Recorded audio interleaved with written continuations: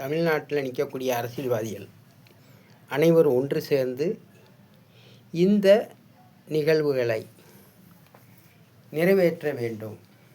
அப்படி நிறைவேற்றினது பிறகு தான் தமிழ்நாட்டில் தேர்தல் நடத்தப்பட வேண்டும்.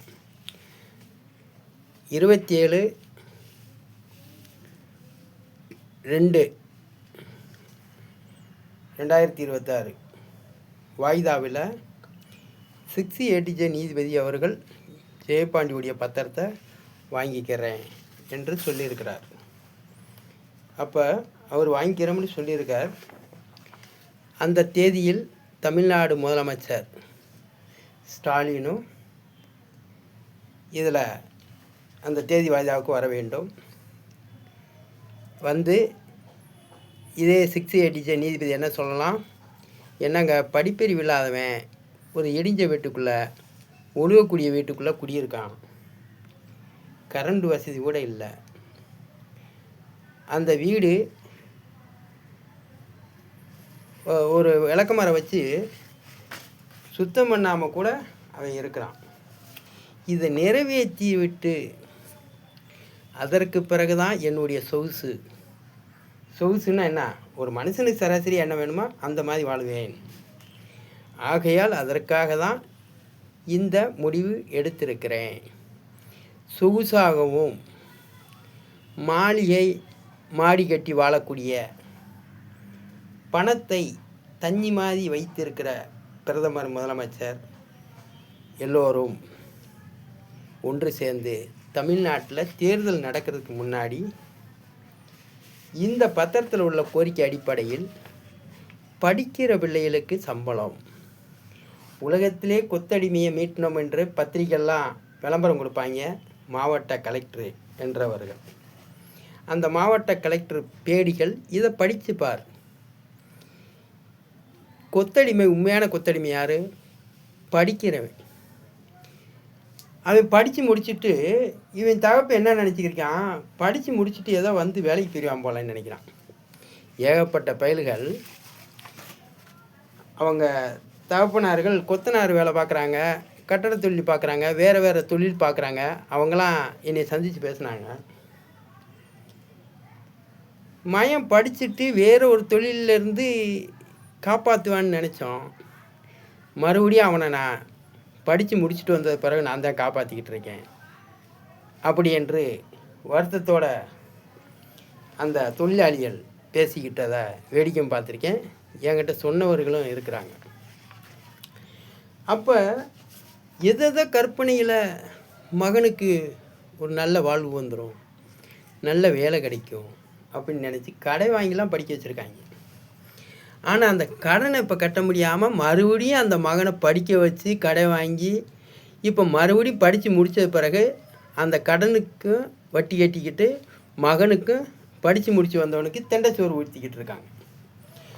அவன் ஒரு சின்ன வேலை பார்க்குறான், பார்த்துட்டு அவன் செலவுக்கு மட்டும் வச்சுக்கிறான். அப்போ அந்த படிப்பு அவனை உயர்த்தவில்லை. அவன் படித்து வந்த அந்த சர்டிஃபிகேட்டு அவனுக்கு ஒரு செலவுக்கு கூட காசு கொடுக்க வழி இல்லை. தகப்பன் 1ஆவதுலேருந்து பட்டப்படிப்பு படிக்க வரைக்கும் பணம் செலவழிக்கிறான்.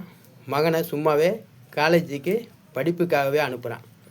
அந்த படித்து முடிச்சுட்டு வந்தவன் தகப்பனுக்கு சம்பாரித்து போடுவான்னு நினச்சான். இப்போ தகப்பன் படித்து முடித்து வந்தவனுக்கு அந்த சர்டிஃபிகேட்டை வச்சுக்கிட்டு அவனுக்கும் சோறு போடுறான். அந்த சர்டிஃபிகேட்டு ஏதாவது பயன்படுமான்னு என்கிட்ட கேட்டாங்க. பயன்படாதுங்க. உங்கள் மகனுடைய குழந்தை பிறந்துச்சுன்னா அந்த குழந்தைக்கு கூட பயன்படாது இந்த சர்டிஃபிகேட்டு. ஏன்னா பாடத்திட்டம் மாற்றப்படும். ஆகையால் உலகிலே முதல் முறையாக ஜெயபாண்டி சயின்டிஸ்ட்டு இந்த படிக்கிற பிள்ளைகளுக்கு 1ஆம் வகுப்பு படிக்கிறாங்கன்னு வச்சுக்கோங்க, அவங்களுக்கு இழப்பீடு தொகை கொடுக்க வேண்டும். அந்த இழப்பீடு தொகை படித்த நாளை வேலை பார்த்த நாளாக கருதி 7,02,000 ரூபா. பாருங்கள், 1ஆம் வகுப்புக்கு 25 ரூபா சம்பளம் ஒரு நாள் ஒன்றுக்கு.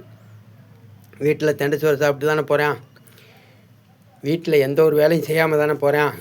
தாய்க்கோ தகப்பனுக்கோ எந்த ஒரு உதவியும் செய்யாத ஒரு மாணவன் பள்ளியில் கை கால்களை முடக்கி கண் விழித்து அவனுடைய ஆசைபாசையை விளையாடக்கூடிய நாளெல்லாம் வீணாக போய் பிறந்த பிறப்பில்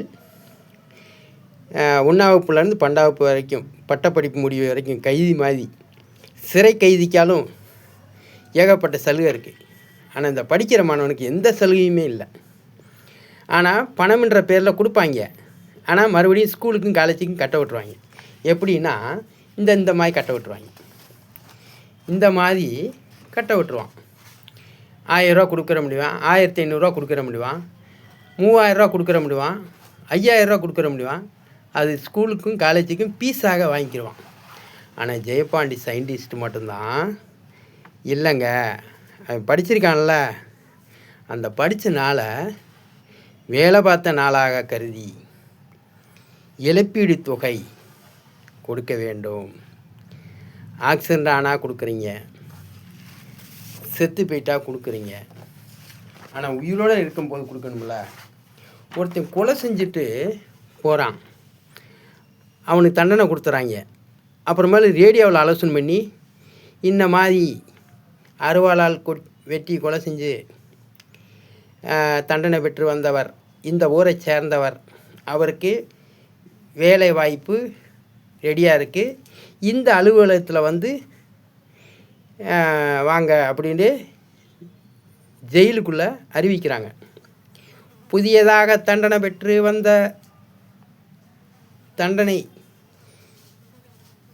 வந்த நபர், உங்களுக்கு வேலைவாய்ப்பு இருக்குது, அந்த வேலைவாய்ப்பில் வந்து நீங்கள் ஜாயின் பண்ணிக்கிங்க அப்படின்னு கூப்பிட்ற பிராத்தல் இந்திய அரசியல் அமைப்பு சட்டம். கல்வி சொல்லித்தரம்ன்ட்டு எந்த வருமானமும் இல்லாமல் அரசாங்கம் கொடுக்குறது மாதிரி கொடுத்து 1000 ரூபா கொடுக்குறேன், 1500 கொடுக்குறேன், 3000 கொடுக்குறேன், 4000 கொடுக்குறேன், 5000 கொடுக்குறேன்னு கொடுத்து அதை ஸ்கூலுக்கும் காலேஜுக்கும் கொடுத்துட்டு ஸ்கூல் மூலமாகவும் பிடிங்கிறீங்க, காலேஜ் மூலமாகவும் பிடிங்கிறீங்க. அப்போ இந்த படிக்கிறான்ல 1லேருந்து பட்டப்படிப்பு வரைக்கும் அவனுக்கு என்ன கொடுக்குறீங்க? அப்போ படிக்கிறதுக்கு சம்பளம் கொடுத்துட்டிங்கன்னா உண்மையான கல்வியை கொடுக்க ஆரம்பிச்சிருவீங்க. சம்பளம் கொடுக்குறோமியா, இங்கே வேலை அந்த வேலையை பாடுறா, இந்த பொருள்களை உற்பத்தி பண்ணுறா அப்படின்னு நீ சொல்லிடுவ. அப்போ இலவசம் தானே, எவன் பிள்ளையோ 1ஆவதுலேருந்து 12ஆவது வரைக்கும் படித்து கெட்டு போகட்டும், நமக்கு என்ன என்று நினைக்கிற அரசாங்கம். அந்த அரசாங்கத்தை தான் கருணாநிதி மகன். உண்மையில் கருணாநிதிக்கு பிறந்தது உண்மை என்றால் இந்த போட்டியில் கலந்து கொள்ள வேண்டும்.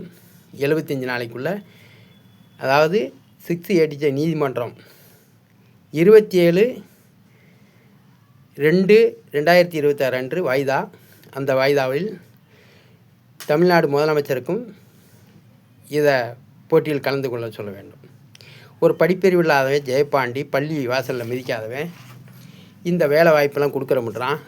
நீங்கள் முதலமைச்சர், நீங்கள் 75 நாள் எடுத்துக்கங்க என்று 27/2 அதுலேருந்து 75 நாளைக்குள்ளே ஜெயபாண்டி சயின்டிஸ்ட்டு உச்சாத்தேவர் மகன் இதை நிறைவேற்றி காமிக்கிறானா, அல்லது ஸ்டாலின் கருணாநிதி மகன் நிறைவேற்றி இந்த திட்டத்தை காமிக்கிறானா என்று பார்க்க போகிறோம்.